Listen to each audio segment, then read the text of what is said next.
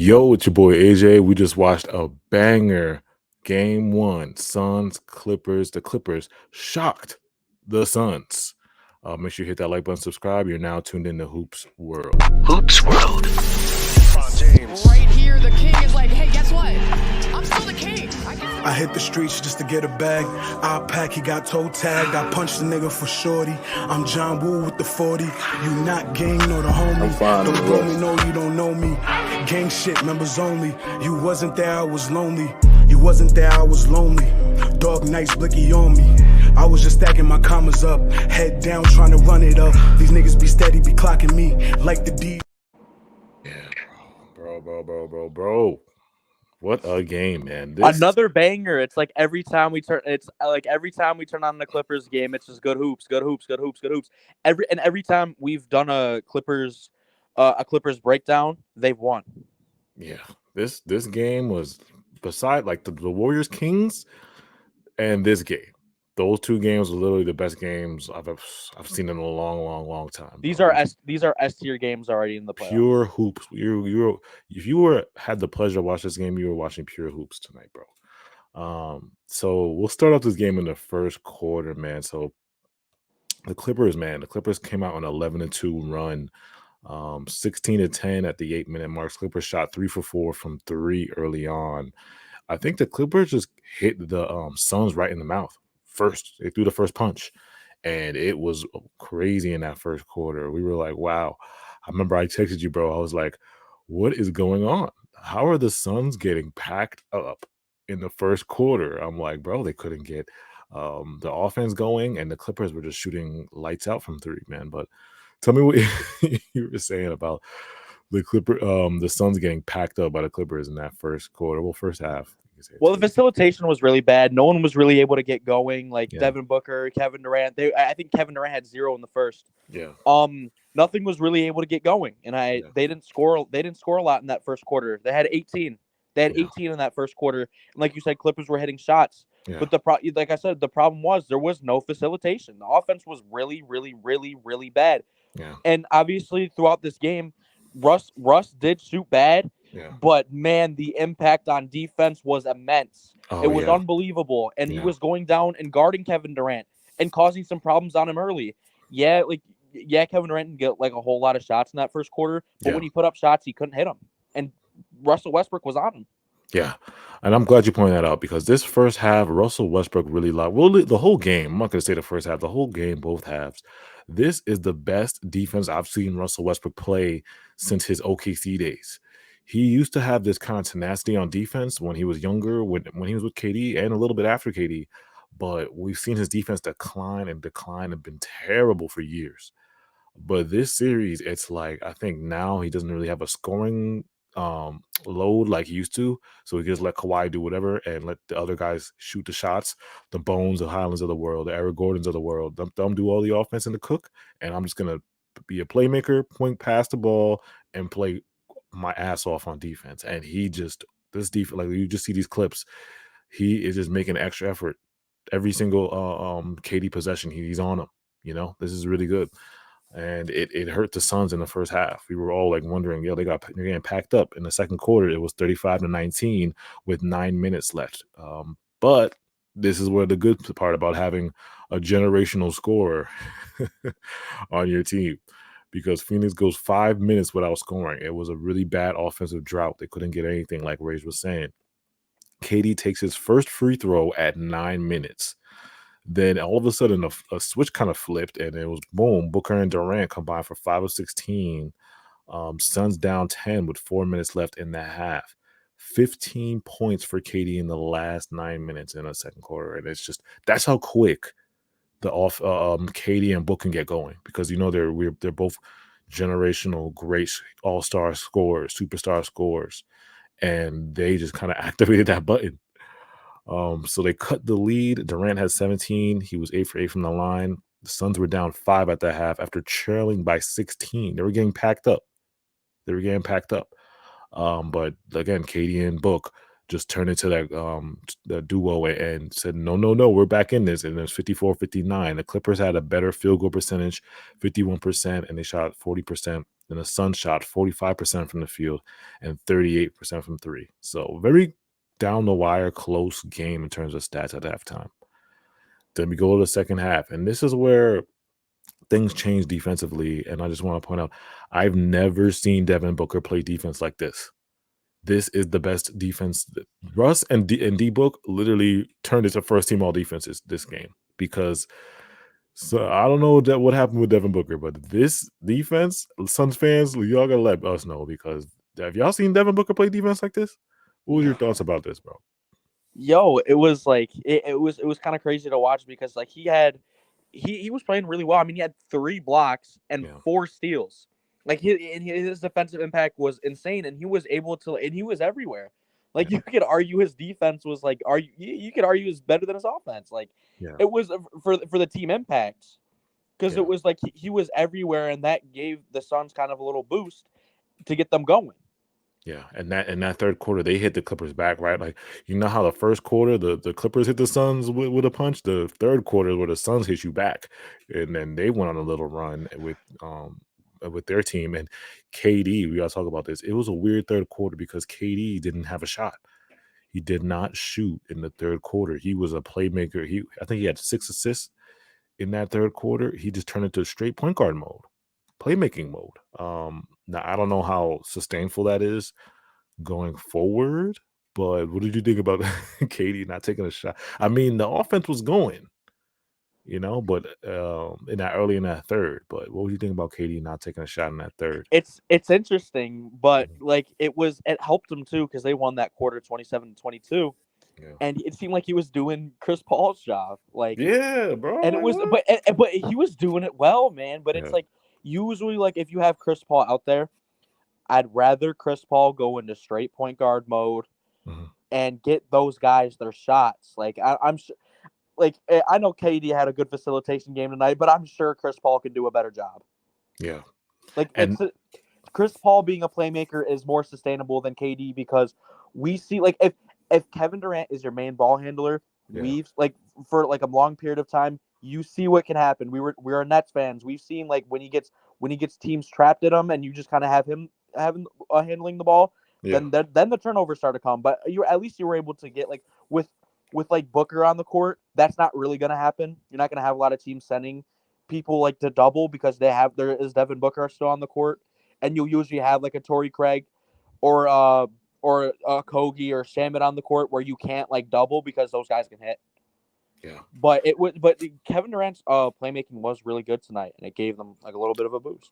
Yeah. So again, KD giving them the lead, but there was a point in the game and late in that third where the Clippers got on a run, and Norman Powell, I wrote down the lineup: Norman Powell, Plumlee, Bones Highland. Those guys, Norman Powell was cooking late in that third, and they ended up tying the game at the end of the third quarter. I think it was 81-81 at the end of the third quarter.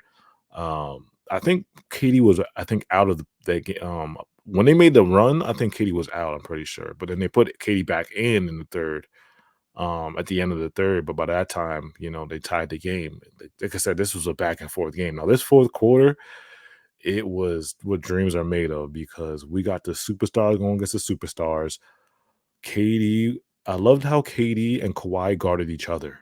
That's real. I love that. If you're a basketball fan, you got to love that because the two best players guarding each other. I'm scoring on you. You scoring on me. I'm guarding you. That's how they took it. And then Devin Booker and Russ were going at it. So that fourth quarter, I got the play-by-play because this fourth quarter, you can't even explain. You can't even explain the direction of the fourth quarter. So we're going to fast forward all the way to the 4-minute mark. It's 100-99. Torrey Craig makes a free throw. Eric Gordon, man. We got to talk about Eric Gordon tonight, too. His impact. Eric Gordon was hitting some shots. We see Kawhi Leonard makes a 27-foot 3-point jumper at the 2-minute mark.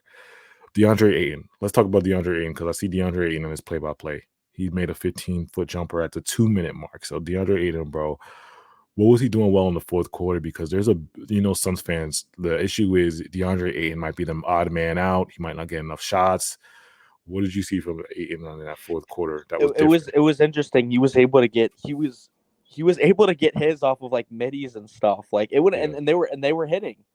Yeah. And Ayton was really able to get it there. Like he has a very good offensive bag. Like he can hit the midi and he can give you like turnarounds and stuff. And depending on how he's playing, he's able to get at the rim too with his size.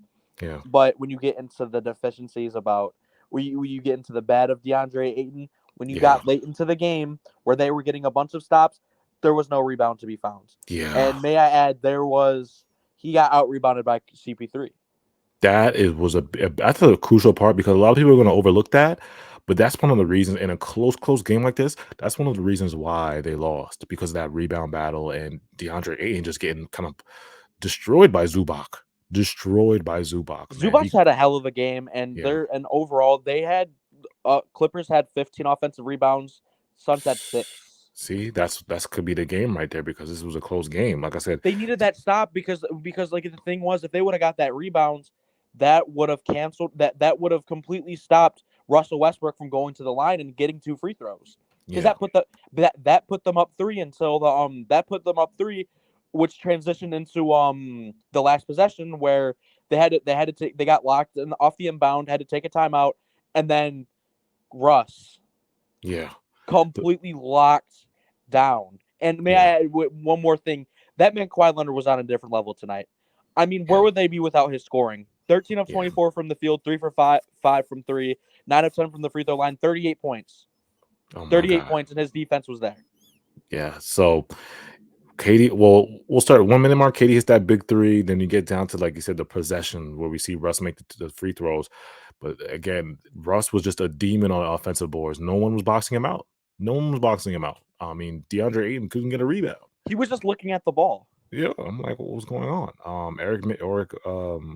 So their Suns call a timeout. They put in Shamit for Torrey Craig, call another timeout, and then we get the Russ.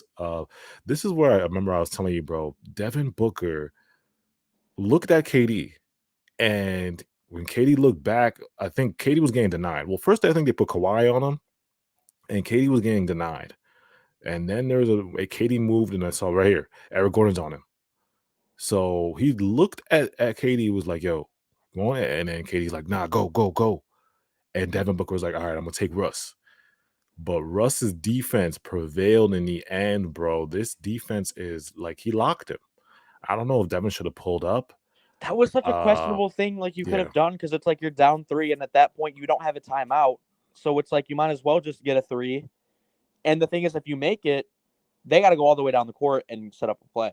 Yeah. And the thing is, it's like and then if you take it, like if you just pull up or whatever, you were able to and if you miss, you're able to have more time on the clock. In my opinion, KD should have took that last shot. Like, this is what you got KD for. We know Devin struggles in the clutch sometimes, so this is what y'all got KD for. I think you're supposed to just give the ball to KD or find a way to screen Eric Gordon, something. I don't know. I know they had no timeouts left, but there was a lot of times in this game, like he obviously, like he had like that facilitation quarter where he didn't score, but he did the facilitation well. But still, he had 2 quarters out of the 4 where he had 0 points. I mean, there was too many times where Kevin Durant was sitting there doing nothing. Too many times. I mean, DeAndre Ayton played a solid game offensively, but he can't have more shot attempts than Kevin Durant. Yeah. He had 16 shot attempts to KD's 15.